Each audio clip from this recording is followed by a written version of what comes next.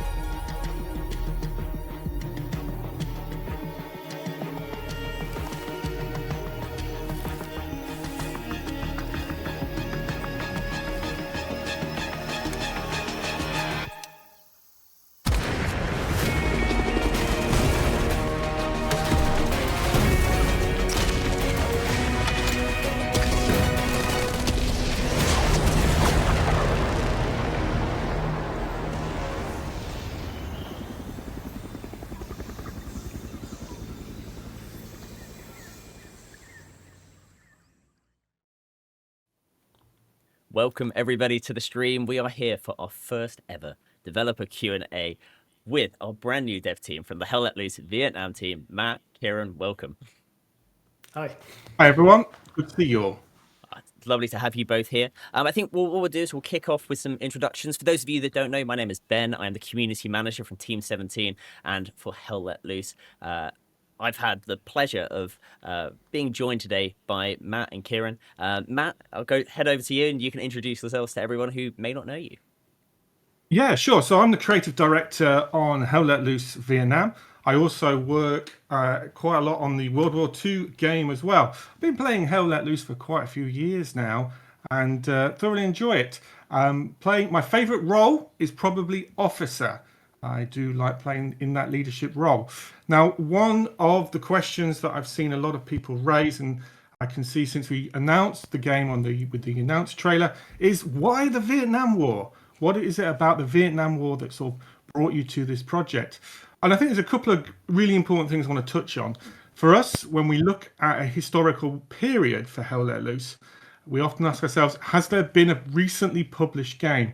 And the Vietnam War has been popular in other popular media, such as movies and so forth, but not for some time. And there hasn't really been a standout Vietnam game for some while. So we felt it fitted both in terms of the gameplay mechanics, but also that it would offer something completely new. So for this game, for example, we're expanding upon the combined arms nature of Hell Let Loose with air weapons, such as the helicopters, but also naval with the boats, with the PBR, the Patrol Boat River, for example, and also with different new command abilities with the tunnels.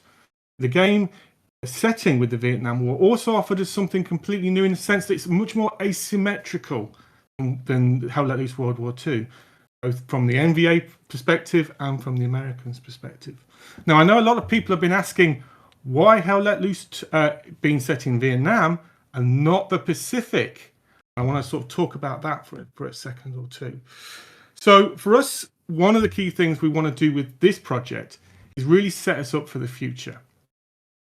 And whilst we love the World War II game, we don't always see Hell Let Loose as being exclusively tied into World War II. World War II is probably the largest human conflict of all time, and there are lots of additional stories to tell in that setting. But we really wanted to expand out just purely World War II. And Vietnam offers us quite a few new unique elements that I've mentioned prior to that. But it's really focusing on that expansion of combined arms. As the Vietnam team is a separate team, in addition to the World War II team, that means that as a team, we can develop lots of different new mechanics because we're building the game in many ways from the ground up. And that enables us to really focus on those mechanics. So developing these new components to the game with air warfare, with naval, with new commander abilities, new ways to fight and enjoy Hell Let Loose, it really opens us up in a really good position for anything that we want to do in the future, be that in other additional theatres of war, and again, back into World War II. I mean, you touched on it there really beautifully, that there are two separate teams, and at Team 17, we absolutely love Hell Let Loose, the World War II setting. That is not going anywhere. We're currently deep into development of our 2026 roadmap and beyond. So for those of you that are worried that Vietnam is going to come and take the place, that is not the case at all.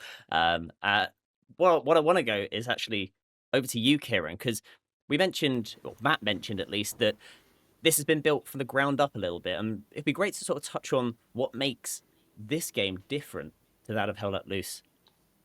Absolutely. So, hi everyone, I'm Kieran. Some of you might see me before. I've been on a few things for Hell Let Loose World War II. Like Matt, we've both worked on that title and now this title as well. Anyway, I'm the studio technical director. My favourite role in Hell Let Loose is tank driver. Possibly because I'm not very good at clicking on heads, but I'm pretty good at driving. First of all, just to make it clear, Vietnam is a brand new standalone entry in the Hell Let Loose franchise. It's not a direct sequel or an expansion to the original game. And the reason for this is that we're creating it as a separate title is it's allowed us to upgrade and overhaul some core systems that are challenging to change when supporting a live service title like Hell Let Loose.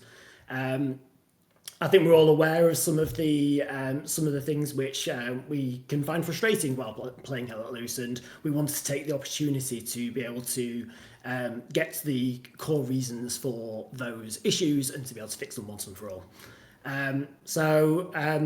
Also, it may make sense to just let everyone know where we've come from as well with this title. We've been working on Vietnam now for 16 months. We just worked out before. I thought it was about a year, but it turns out it was actually longer. It's been quite a while. One of the core things that we decided, it was one of the things that we all agreed on immediately when we were looked into starting development on this title, was that it should be a UE5 title from scratch. And I'll touch in a minute some of the reasons why we made that decision. But also with it being a new title, it has allowed us to look at some of the aspects of Hell Let Loose that we wanted to make better. And again, it would be really difficult to do some of the things that we're doing in the existing game of Hell Let Loose without breaking the basically the game that you all love, those that you were playing the World War II. So it's allowed us to do things such as adding swimming or climbing ladders, and also dragging injured people in the battlefield as well. So which is really interesting. But getting back to probably my favourite subjects now, why UE5? And I've seen since the announce the other day, there's been a lot of comments, both positive and negative around this. So for the longest time, we've noticed quite often when we talk about Hell Let Loose World War II, there'll be a whole load of people shouting, going like, bring it to UE5, you know, we want it in UE5. And certainly UE5 does give us a lot of benefits, but also since the announced the other day, I've seen a number of people saying the opposite as well, saying like, oh, we've seen a lot of titles that have released in recent times on UE5 and have got horrible performance issues. So I want to talk about a few of those things. Firstly, probably the most important thing for those of you that play Hell Let Loose World War II, the stutter that we all know and hate when you run a battlefield, gone. I think we've previously talked about in live streams for Hell Let Loose World War II, some of the technical reasons for that. Unfortunately, it's a part of UE4 in large worlds. It's just a thing that can't be fixed unless we change the engine. So for me, that's a huge thing, you know, being able to run around the battlefield now, fly around the battlefield, or take boats around the battlefield and zero stutters, which is amazing. But then to come back to the other thing as well, that concern that I've seen people have got about, it's like, oh my God, UE5 performance is going to go terrible. Part of my role as a technical director is to stop artists getting too excited, basically. It's like they see like new features. It's like, oh, UE5, we can do all these cool things. You know, we can start using Lumen and Nanite. And it's me that goes, no. You can't have all the nice things because, as some of you have seen and some of you have commented, that, you know, as great as some of these features are, and if you've got a really high spec PC, you know, it can, you know, games can look incredible and run pretty well, but you know, this game's going to be launching on lots of platforms, and it needs to run really well on all of them. So we've carefully selected the parts of UE5 that we're going to use, which gives us better performance, but also better workflows so that we can create better content for you faster as well.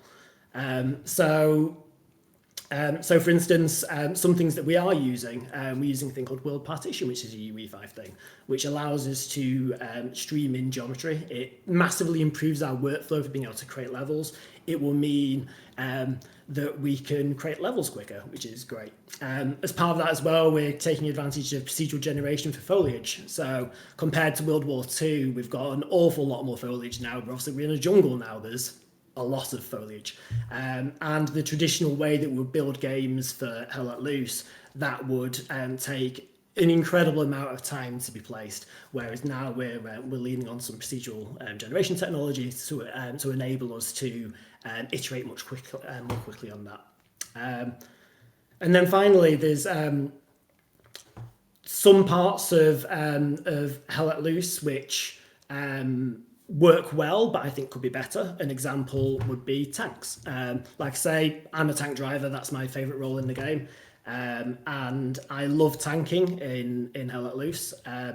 But some parts of it frustrate me. I would like it if it was a little bit more realistic, and also a little less likely, for instance, to get your tank stuck on things. So this was something which was kind of forced upon us moving to UE5, and there's a new physics engine, so we naturally had to look at this. And as a tank driver, I can say I'm very, very happy with the results, and we're still working on it, but it's already pretty awesome, I think. Oh, it's great to hear about all the changes that are going to be coming with UE5. I can see there's been quite a lot of questions coming in from the chat. We also had so many questions on different social media platforms: Discord, Reddit, Instagram, Facebook, Twitter. We'll thank everybody for asking. We'll try and get through, obviously, as many as we can today. But just looking over at the chat, I can see, for instance, a few people asking about the features. Are they going to be potentially able to be transferred between the two? Obviously, we've got two different teams working on and two slightly different engines that are at play. Is there any capacity, for instance, for certain things to move between the two games? Yeah, I can talk about that. So absolutely. So we have built an entirely new team, as Matt touched on, for Vietnam, but we are all working within the same company, and we work incredibly closely to each other, and we have regular meetings between the different disciplines and stuff, and to make each other aware of what we're working on in both games, because they're both Hell Let Loose games. And already through the last 16 months of development of Vietnam, we have inherited improvements that have been made in Hell Let Loose World War II, which is great. And they have also been inspired by some of the things that we're doing as well, and are looking to take things potentially that could make the core game better as well. So yeah, absolutely. Both games will get better as a result. I mean, that's what everybody wants to hear. And I think that for us, Team 17 and Expression, we love both games. And we want to reassure everybody in chat that we will be continuing to support both. Moving over to some of the other questions that we're looking. I think this is obviously a key one. And we've just been speaking about the similarities and the differences between the two games. But it'd be great to just know what steps were done by the team to ensure that Hell Let Loose Vietnam stayed as a Hell Let Loose game and maintained what makes it so great. Yeah, I can answer this one. I think as a team, it's really important to us that we don't lose what makes Hell Let Loose Hell Let Loose. What makes it a great experience that people are playing, every single day. And so some of the core elements of Hell Let Loose we've completely obviously retained. So 50 versus 50, combined arms, large maps, chain of command system, the requirement for squads of different types to work together.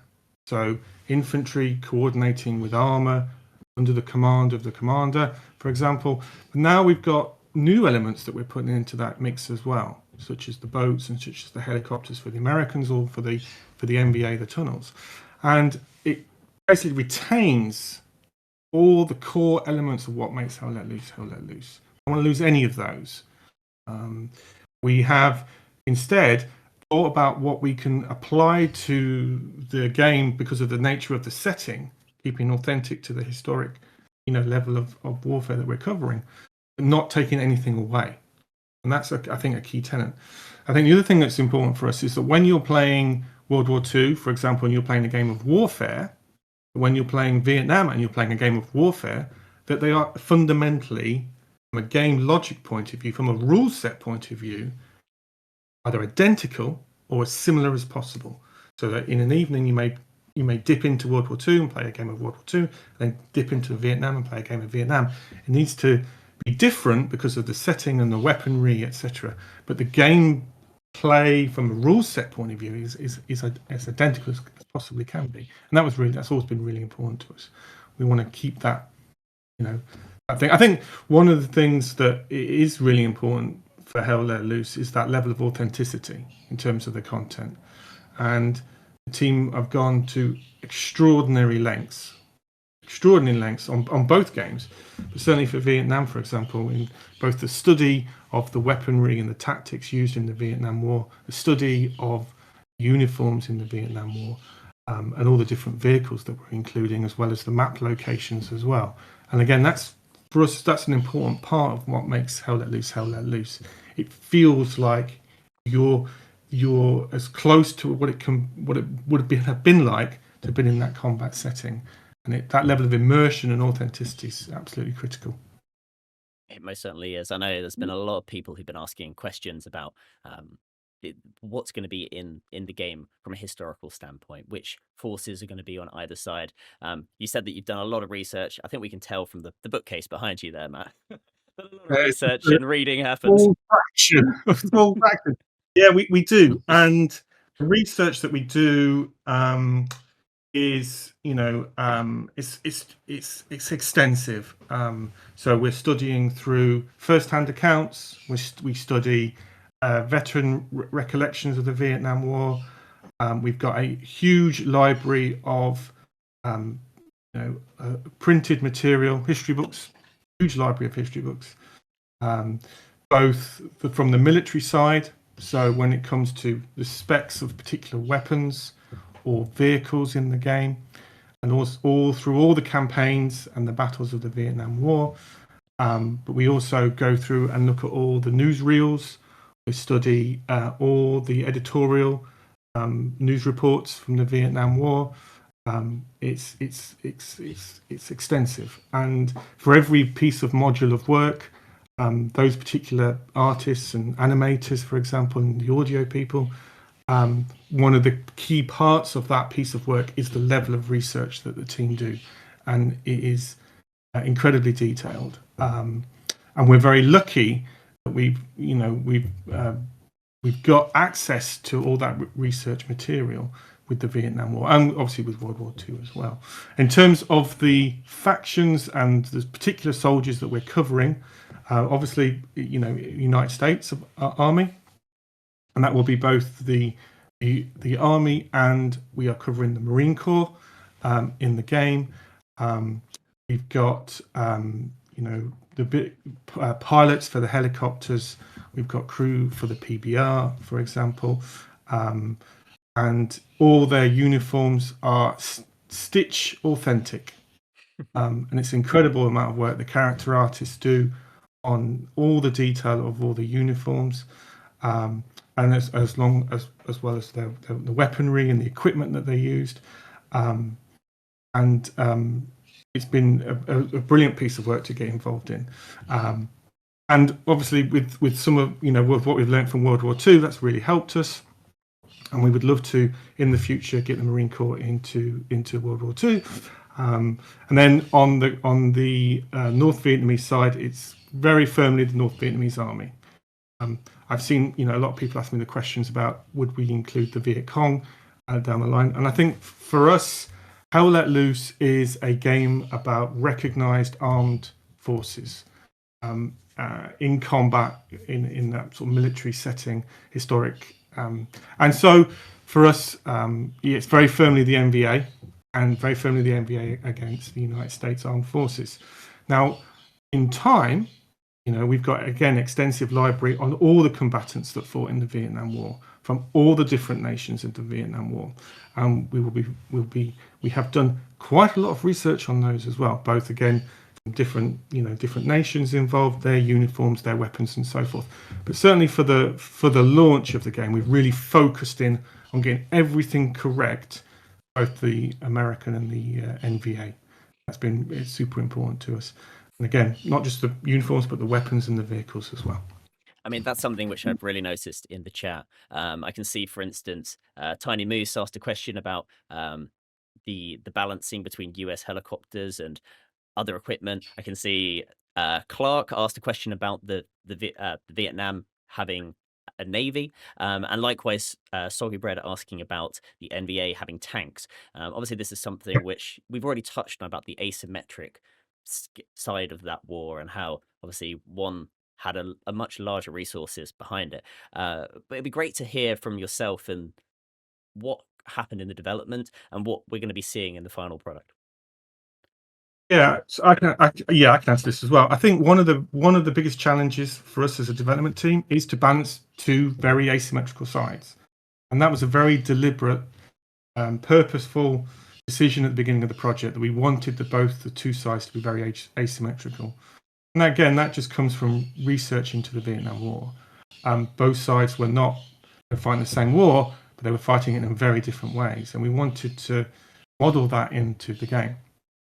In terms of specifics, North Vietnamese Army had access to huge quantities of Soviet or Chinese weaponry and equipment, and we've gone to great lengths to model that accurately in the game. So on the NVA side, they do have tanks, and they did have tanks, and we've got those in the game and working. We were having, prior to this, about an hour before this call, we do one of our weekly play tests, and saw both tanks driving around the environment, which is absolutely excellent. Probably the biggest difference, I think, between the two sides at the moment in development is obviously the Americans have helicopters and the NVA do not. And the helicopters are very powerful in that they allow squads to deploy quickly into action, and they allow squads to be picked up and maneuvered around the environment, move around the map. In that rapid deployment sort of setting. However, the NVA have a large anti-aircraft weaponry, and by using this setting, it's enabled us to develop counters to what the Americans have, and equally counters to what the NVA have from the American side. So the NVA will have anti-aircraft weaponry, and we were playtesting them earlier today, and they certainly help control the skies from the Americans. The Americans flying into hot command, CPs, coming onto AA fire is quite a daunting task for those pilots. Let alone the amount of RPG rockets that are being fired at them. And the NVA have a tunnel system, and the tunnel system enables the NVA to move around the battlefield in a very quicker than normal redeployment. As you know, we all play Hell Let Loose, and as soon as the enemy start to take a point, you want to redeploy. Well, the tunnels sort of give the NVA a lot more tactical options. As the NVA, you get to decide where those tunnels are placed, and you can move and create additional tunnel networks on the on the tactical map. You can use to quickly redeploy to different positions. The tunnels are hidden, and the Americans have a challenging time to find those tunnel locations. So both that same idea of rapid redeployment on the map without having to press the redeploy and by all that amount of time gives both teams very different tactical options, but very important tactical options. And it will be super exciting to see how the community, I mean, we play the game all the time, And because Expression Games, we have over 100 people at Expression Games. It means that we can play test the game with a large amount of players. But I'm going to be super excited to see how the community start playing the game and start to use these tools in their chest of options as they play through. Talking about the community playing the game is something which I have seen in the chat. I can see a lot of familiar names and faces from the competitive community coming out of Hell Let Loose World War II. And I know there was a question, for instance, from Tater Soul, who asked, will Vietnam cater to the competitive? Will there be clans and such available in the game to better support the community? Shall I take this one? Yeah, go for it, Kieran. Cool. So yes is the overall answer. Yes, clans are going to be much better supported than in Hell Let Loose World War II. This is one of the key things on almost day one of working on this title is we wanted to support you better. So I know currently in Hell Let Loose you have the ability to set your clan tag and that's about it, and you'll do everything else for managing your clan externally from the game. We don't want to take away the great stuff you do externally from the game, but we want to give you more options inside of the game as well. So you will be able to create clans inside the game, you'll be able to get together, you will have the ability to more easily jump into games together as a clan. There will be clan-specific goals that you can work towards as well in the game, and to level up your clans, and you'll be able to compete against other clans as well inside the game, against certain challenges. So it's hopefully we're not going to be taking away from what you already do, but certainly it'll be an awful lot easier to get you and your clanmates together in the game so that you can play, and we'll give you a few extra things to do as well as with your clanmates as well. I mean, that does sound awesome from a community side. I'm extremely excited by that, and I'm sure there's a lot of people in the chat that are as well. Moving, I guess, sort of sticking on the more things for the players, not necessarily a community standpoint, but there has been a question that has come in, and will there be any stat trackers? And I guess as a follow-up to that, in terms of the systems that you've got in place in the game, will there be updates to the scoreboard as well? Yeah, I can take this one. So yes, there will be a stat tracker within the game, and at the minute, in the design for it, we have over 100, around about 100 stats that we're quite keen to share with as a player that you can go in and have a look at. And it's not just the stats at the end of the match, but these are persistent stats. So you can look at how many people you've killed, you can look at how many headshots you've got, you can look at how many helicopters you've shot down, or how many tanks you've destroyed, or whatever it happens to be that you're particularly interested in. And we are going to redo the end of the match screen and highlight some of those key achievements that you've made through the game. But yeah, that was quite important to us, because we know we love to see when we play our play tests, it creates great mirth within the studio for people to call out the achievements that they've made, and etc. So yeah, I totally get it. I totally understand why people want it. It makes sense to us. So yeah, absolutely. I mean, it's just I was looking through all the different variables that we can track, and it's insane. And then we'll figure out how to surface that up to the player within the menus of the game, etc. Yeah. And then moving on to the sort of scoreboard section of it, I know this is something which a lot of people have commented on from Hell Let Loose. Have there been any changes to the scoreboard systems? So that is part of the development process that we're going through at the minute. One of the things that we're looking at is a completely new refresh of everything to do with the UI. Every single thing, and it's completely new, and this means that we can solve and fix we don't even need to fix the bugs from the first game in that sense, because it's completely new. So we can ensure that everything is working exactly as intended as we go through development. I'll let Kieran touch on the development process a bit later perhaps, but one of the key things for us as we go through development of this game is we aim to fix any issues we come across as we progress through development rather than waiting until the end.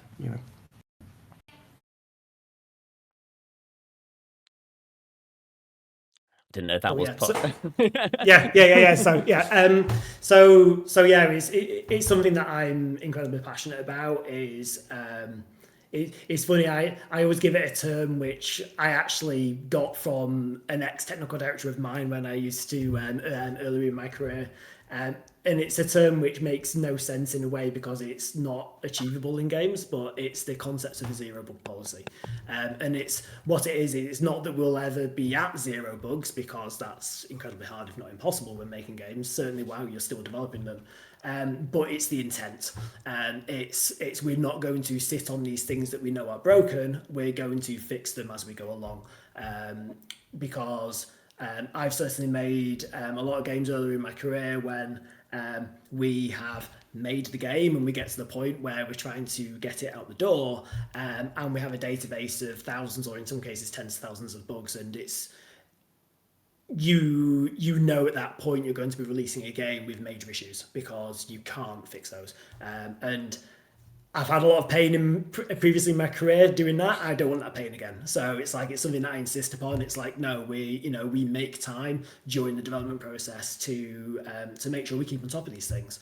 As Matt says, we have a weekly large PT, at least one, sometimes two large PTs of the game every week. And for a start, we're not going to get useful information from those PCs unless the game is relatively bug-free. It's we need to be able to play the game without it crashing or without any major issues. And we largely don't have any major issues, and that's because we have this continuous cycle of pushing to fix bugs as they come up. I'm sure there's going to be many people that are very excited to hear that. So yeah, I think it's been great to hear so far in terms of the what's going to be coming into the game in the content side, what's been going on in the development behind the scenes as well. I just wanted to touch on something that I have seen in the comments, and will there be crossplay enabled in this new game?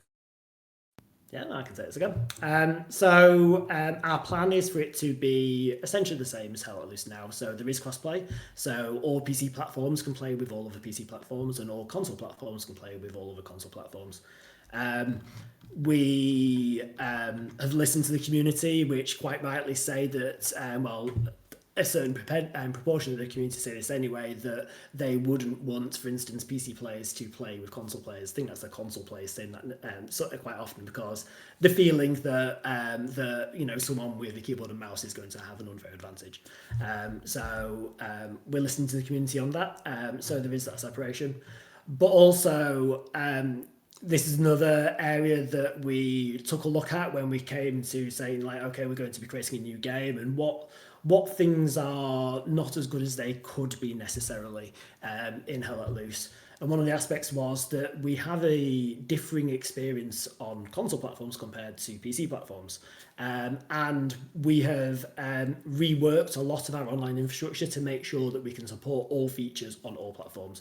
So for instance, you will be able to make and create parties outside of games on PC platforms now. So you can get together with your friends and then jump into a game, and everyone will be pulled through together into the same server.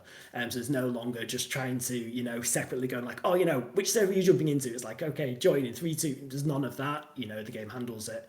And that's integrated again back into the clan system. So with your clan friends, you can party up with your clan friends and then be pulled through as a clan into a game. So again, helping to support that competitive scene of getting all the right people into the same server at the same time.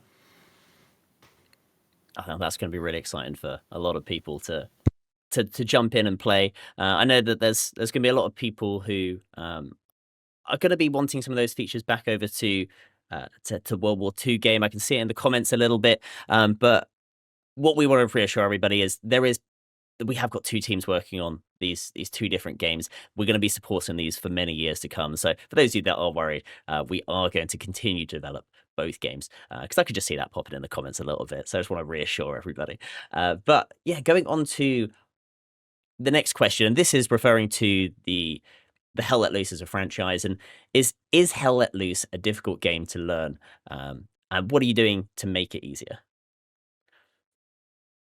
So I guess the others could say this. I guess I'll say this. So yeah, I think it's clear to anyone that Hell Let Loose's onboarding experience is a little bit lacking, I would say. I think it's quite fair to say that. As a new player with Hell Let Loose, it's incredibly challenging to understand how to have fun. And certainly we see that there is a relatively large proportion of people that jump into Hell Let Loose, whether it's on like a Steam free weekend or whatever it might be, and bounce off it because they don't understand how to have fun.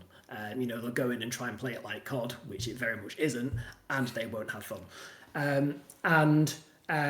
Thankfully, we have a really great community that put together many great videos helping people to understand how to play the game well. But in our opinion, that's not good enough. So we've invested in making that experience better. So when you load up Vietnam for the first time, we will have a first-time user experience which will guide you through the key parts of the game.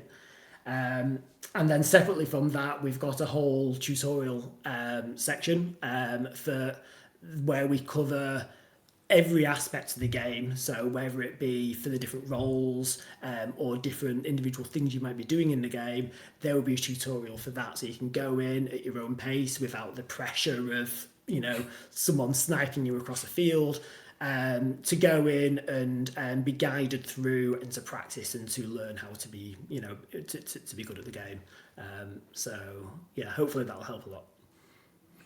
I think that certainly will. I know that for myself, I am not very good at the game, and so that will definitely be used for me upon jumping in. I can't wait, and I'm sure that there are many people who want to jump in and feel that intensity that the jungle and this new setting will bring. But it's not all going to be the jungle, I believe, Matt. And it'll be great to just hear potentially about some of those other locations in Vietnam that maybe you're thinking about. Obviously, we can't give away too much just yet, as we've got a long way to go and a lot more content to release to you guys as the community. So if there are things we haven't touched on, don't worry, guys, we will come to that at some point. But Matt, it'd be great to just hear a little bit about the maps that currently are being worked on, maybe. Yeah, so the team are working on 6 maps for the game for launch, and the maps cover a variety of different campaigns, we'll call them, from the Vietnam War. They vary in terms of location. Obviously, the jungle or the forestry of Vietnam is a major component, right?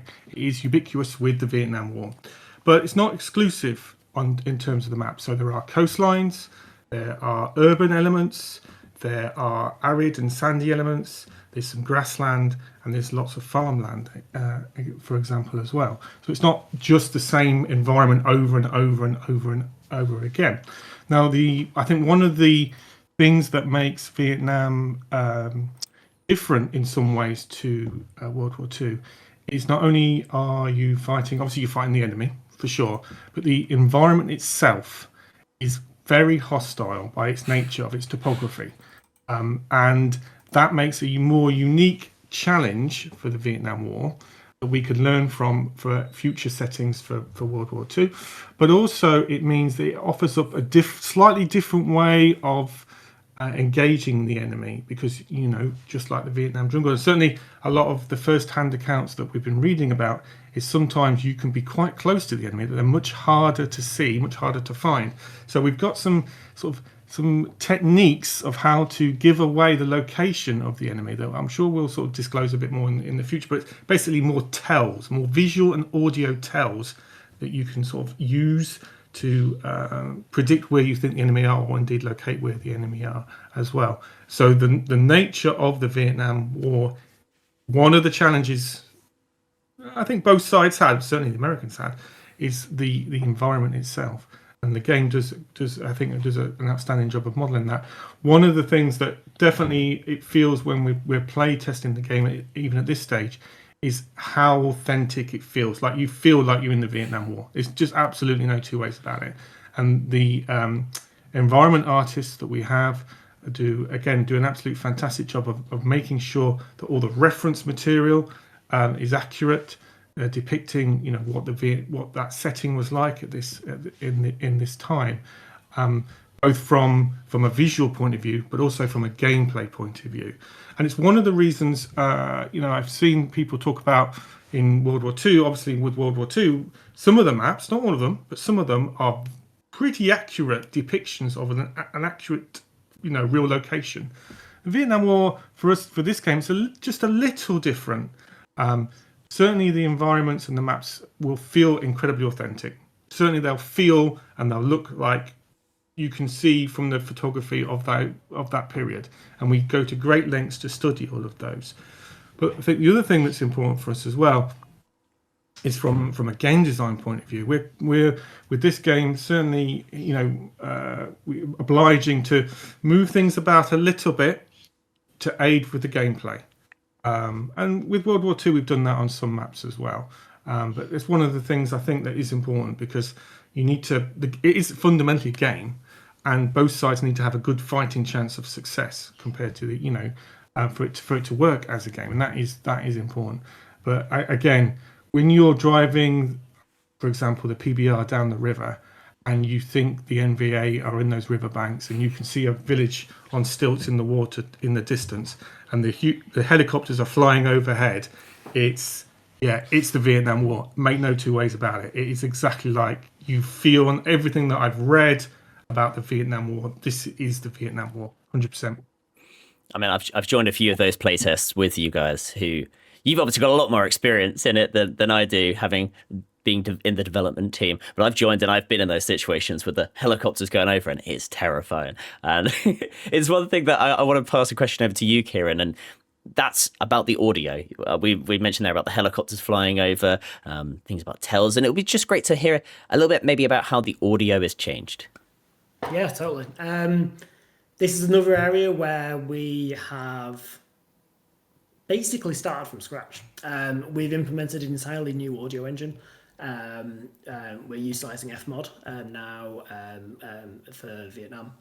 And we have also vastly expanded our audio department. What they're creating honestly sounds absolutely incredible. I think you said yourself, some of the PTs that you've joined, it's a noticeable step up from what we had before, and we're still experimenting with some of those audio features that are available to us within Fmod, reverb and stuff like that, and just to make sure that things sound correct, and when you're going, whether it be inside buildings or outside buildings, or how the sound is affected by the jungle around you and stuff like that. It sounds incredible. The other side of it as well is that, of course, we have a whole load of new weaponry. Matt talked a little bit about the NVA and the weaponry that they have access to, and obviously all the new US weaponry as well. We've continued our friendship with the Royal Armouries, which we've used as well for World War II, and they've been amazing with allowing us to get hands-on with weaponry and getting multiple things out of that. One, getting photography, so for modelling those weapons to make sure they look correct, but also allowing us to sometimes ourselves, sometimes them, reload them live, and we can get video and audio capture on that as well. So in particular for the audio department, they have been getting, for a large amount of the weaponry in the game, real life recordings of experts reloading those weapons, and those are then being used directly in the game, obviously treated and made to sound absolutely incredible. So and also then the animation departments as well, using that reference that we've got of the weapons being loaded by skilled people using those weapons, using those directly for creating the animations for the game as well, so they're incredibly authentic.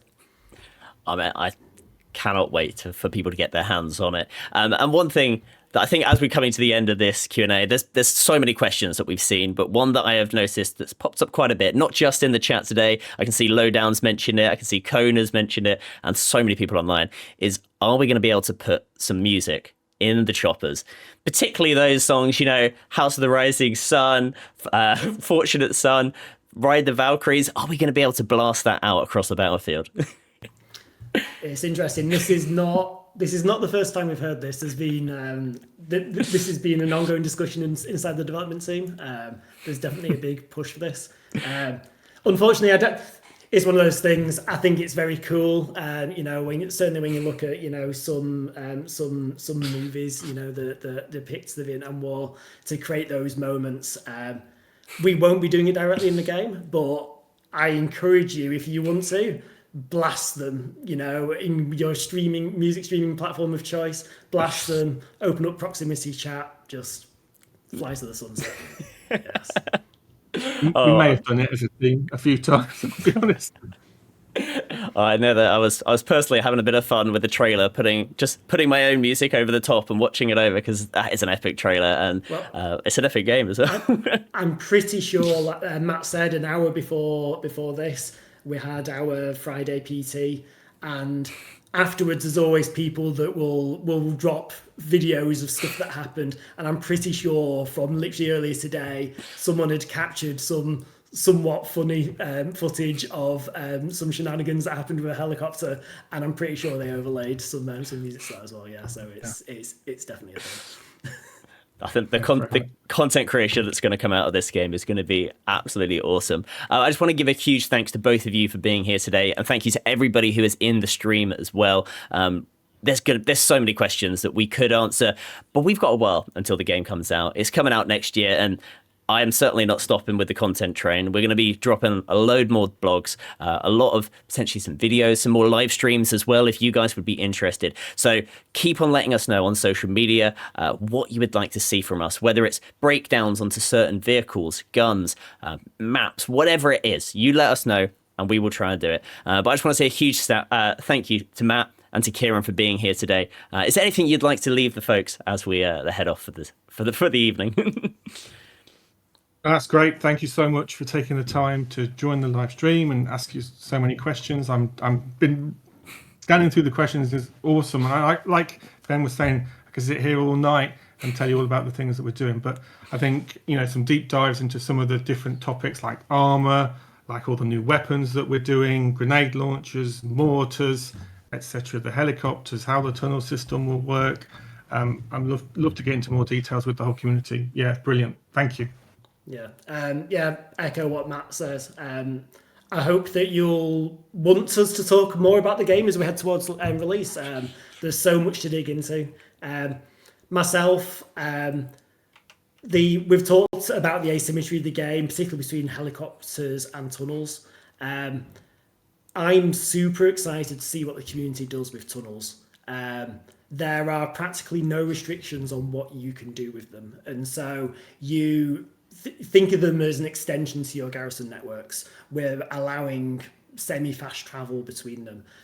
You can use them for falling back quickly. You can use them for getting around the side of the enemies. Or I think the strategic options are just huge. So I think we're scratching the surface in while we've been playing it. I can't wait to see what the players do with it. I think that is a perfect way to end it. For those of you in chat, make sure that you go and wishlist the game today. It is going to be available on Steam, Epic, Xbox, PlayStation. You're going to be able to get it on your platform of choice. So make sure you go wishlist the game. And I want to say, huge thank you once again. We'll be sharing more information on the launch and the release and all the other types of stuff that will be coming down the line, all those fun things.